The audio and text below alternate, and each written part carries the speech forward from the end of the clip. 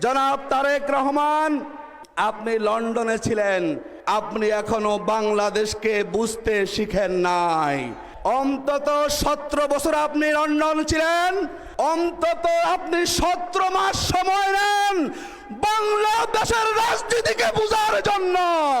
কিন্তু আমরা দেখলাম আপনি অপেক্ষা করতে রাজি নন। আপনি সারা বাংলাদেশে জামাতের পক্ষে, 11 দলের পক্ষে, দাঁড়িপাল্লার পক্ষে গণজোয়ার দেখে আপনি এখন কথাবার্তার লাগামহীন হয়ে পড়েছেন, ঠিক না বলেন? এখন আপনার নাম হয়ে গিয়েছে লন্ডনী মুফতি, ঠিক না বলেন? এই বাংলাদেশে বহু মুফতি আছে, নতুন লন্ডনী মুফতির কোনো আমাদের প্রয়োজন নয়।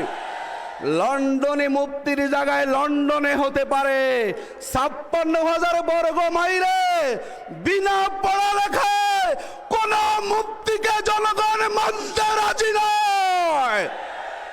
সংগ্রামী নোয়াখালীবাসী, আপনারা জেনেছেন গত পরশুদিন শেরপুরে আমাদের প্রিয় ভাই রেজাউল করিমকে ওই মুফতি দলের নেতারা কর্মীরা অত্যন্ত নৃশংস কায়দায় কুপিয়ে কুপিয়ে তারা সেখানে শহীদ করে দিয়েছে।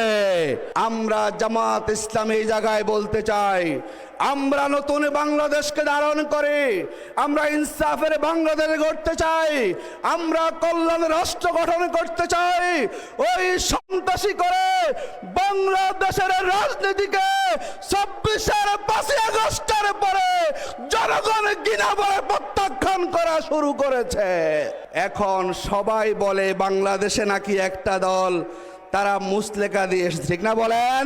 আমরা শুনতে পাচ্ছি 5ই আগস্টের পরে আপনি দেশে আসেন নাই, আপনি নানা আলাপ আলোচনা করে আপনাকে এখানে ক্ষমতায় আনবে, সেই নিশ্চয়তা পাওয়ার পরে বাংলাদেশের জনগণের উপরে আস্থাহীন হয়ে, একটা রাষ্ট্রের উপরে আস্থাশীল হয়ে মুসলেকা দিয়ে দীর্ঘ 15-16 মাস পরে দেশে এসে আপনি এখন প্রধানমন্ত্রী হওয়ার স্বপ্ন দেখছেন না বলেন?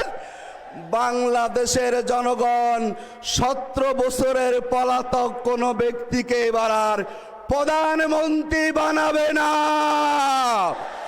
আগামীর প্রধানমন্ত্রী হবেন যিনি দীর্ঘ 17 বছর বাংলাদেশে ছিলেন, কারাগারে গিয়েছেন, যিনি যে নির্যাতন সহ্য করেছেন, বাংলার 18 কোটি মানুষের হৃদয়ের স্পন্দন, মানবিক নেতা ডক্টর শফিকুর রহমান আগামীর বাংলাদেশের প্রধানমন্ত্রী।